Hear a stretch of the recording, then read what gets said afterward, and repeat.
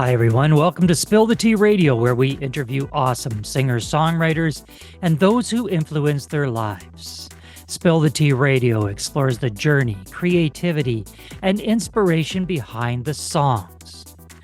My next guest goes by the name Saint Idiot. He is a Slovak-Canadian art pop musician living in Edmonton.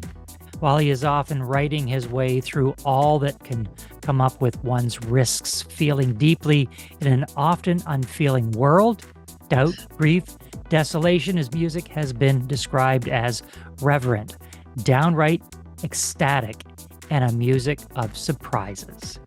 He is a do-it-yourself motivated person and influenced by pop as much as experimental and underground music and art. He draws on sound palettes as diverse as shoegaze, indie folk, math rock, R&B, IDM, noise, and even free improvisation.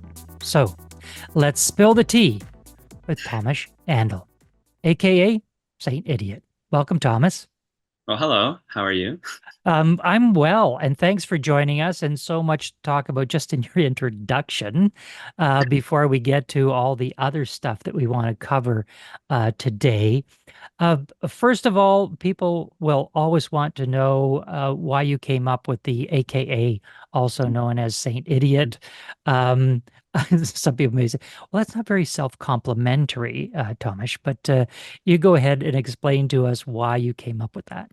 Well, I think everyone should have just a little bit of the ability to make fun of themselves, but I don't know. There's not a great story or anything. I think it's a phrase I came up with that made me laugh. It was originally fully "Good night, Saint Idiot," the way you say like "Good night, sweet prince."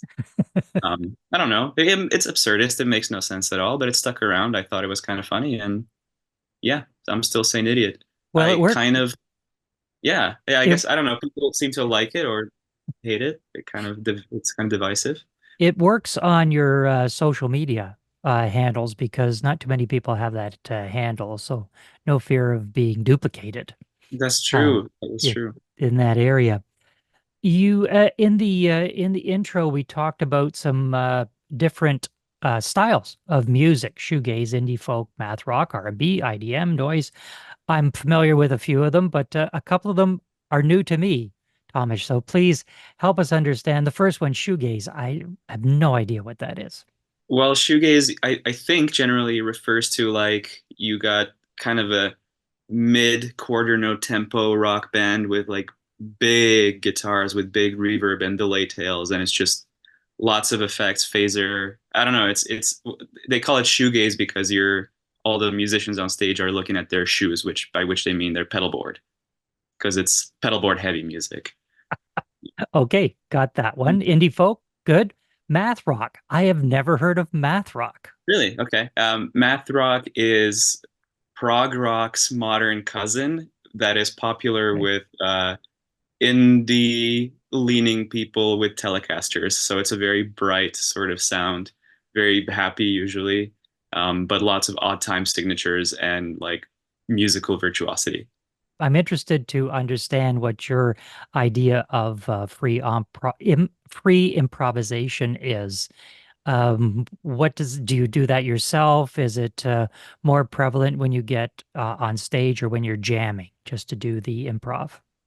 Well, free improvisation usually refers to like a very specific scene within improvisation, sort of past free jazz, where the maxim is like any sound is music. And so like when I used to go to the ensemble at the University of Alberta, people would bring anything from like a conventional musical instrument to a bicycle wheel, like or yeah.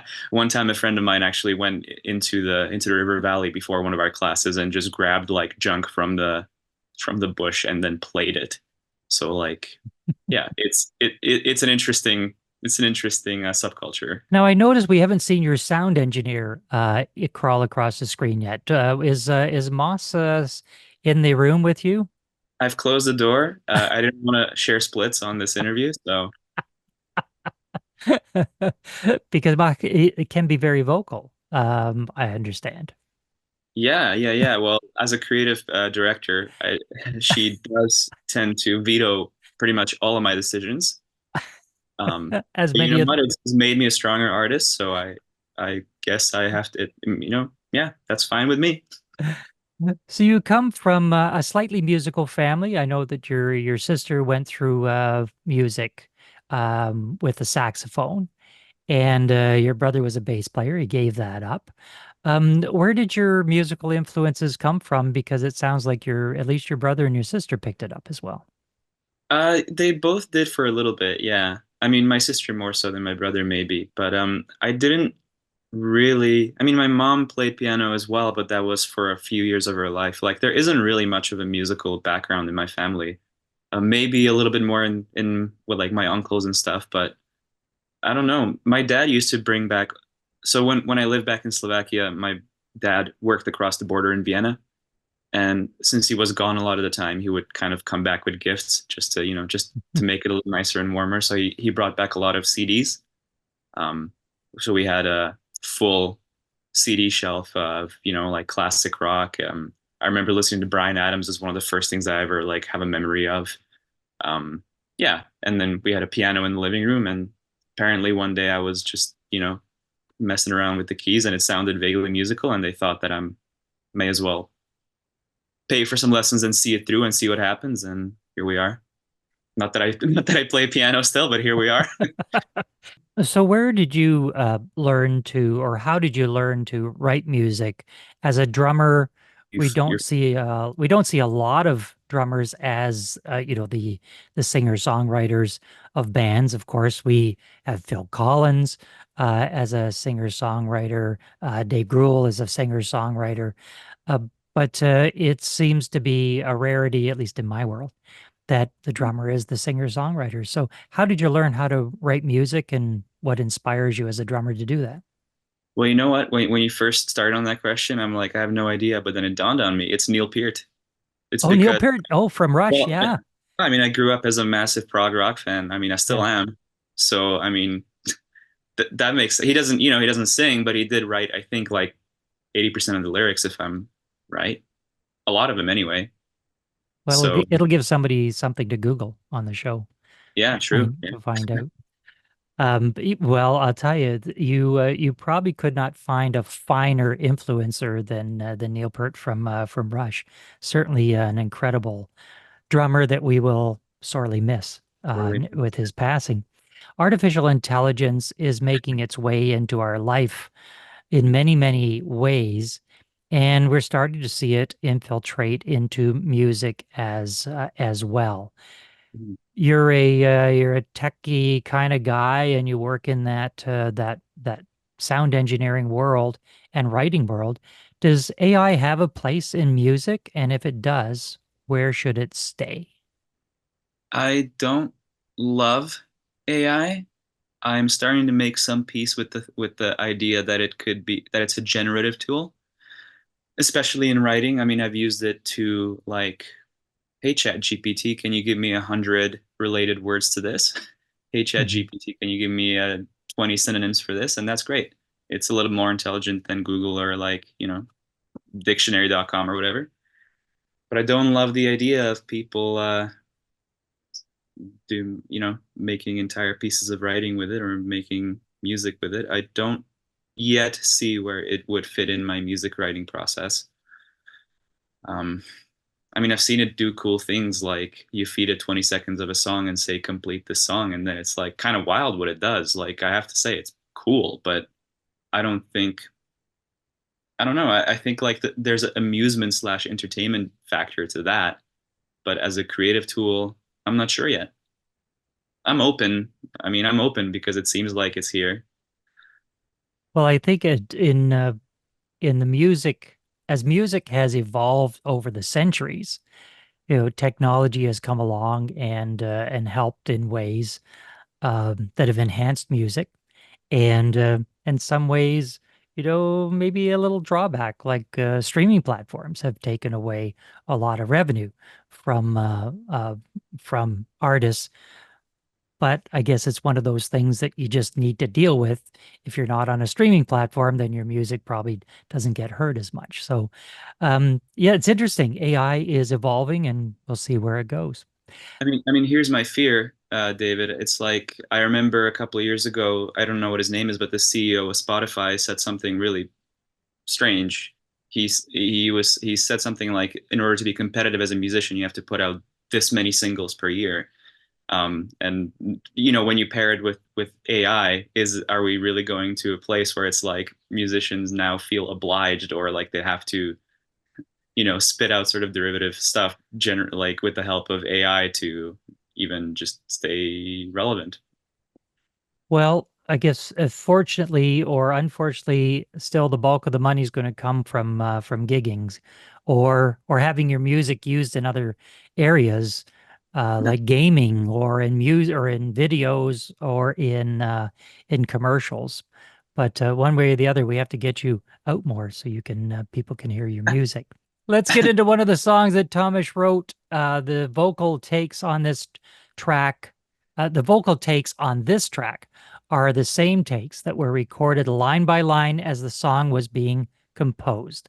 The lyrics were written in one session during an impressive 141-day-long streak of daily lyric writing, which Tomash undertook as a creative endurance exercise and a way to drive a truck through writer's block. So let's take a listen to singer-songwriter Tomash Andel, aka Saint Idiot, and his song Hypernormal. Woke up, checked the news, scroll for all the time, achieve, raised heartbeat. I feel so hypernormal. Went off in the ether, voiced all my frustrations into a six-way mirror. I feel so hypernormal. Fact check the thing my friend said, feels so good. I was right, I feel so hypernormal. Try to take a deep breath, a deep breath of context.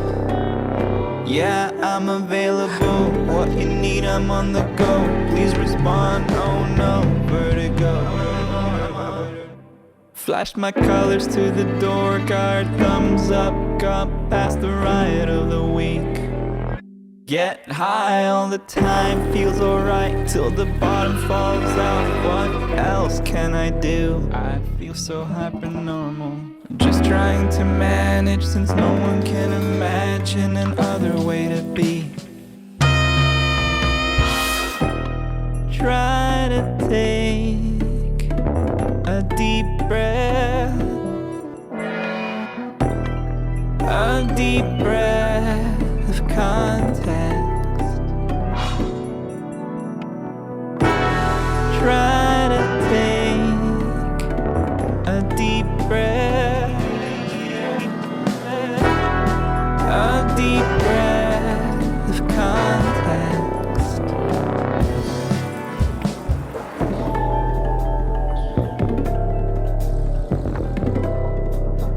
I feel so hypernormal.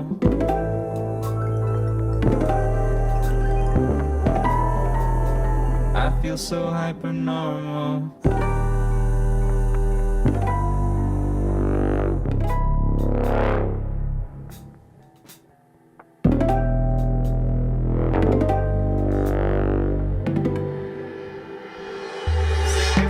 Sick of feeling responsible for the whole world, for things I can't control.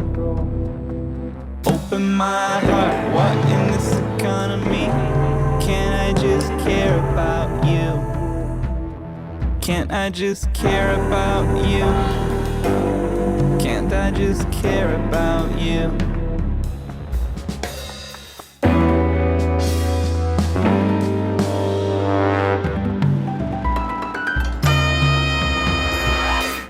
That was Hypernormal by Tomash Andel. Tomash, tell us what the song is about and what the inspiration for the song was. Well, the song is about that horrible feeling maybe a lot of us get in the last 2 decades, where we have the sense that the world is spiraling out of control. Everything is accelerating, and we are made to care about everything that happens everywhere in the world. And we do care, but we can't sustain caring about everything in the world. And so it's a kind of an anthem to myself and maybe people who feel the same. Why can't I just care about the people in front of me? And that's not the real answer either, but sometimes that's you can rally around that cry for a few days and come back into yourself and tend to the part of the garden you can touch, as Buddhist teacher Jack Kornfield is often credited with saying. And how do people find out more about you, Tomash? What's the website? What are the street socials? Where can they find out more about you and your music? Sure. So a website, they can go to saintidiot.com. That's fairly easy. I like to ask people to go to my Bandcamp and follow me. It's saintidiot.bandcamp.com. And also on Instagram, if you want to just catch up and see all the weird stuff I'm up to, not just music. It's at saint.idiot.praise, as in is praying. We have been in conversation with Tomash Andel. Tomash, thanks for being with us. Yeah, thank you for having me.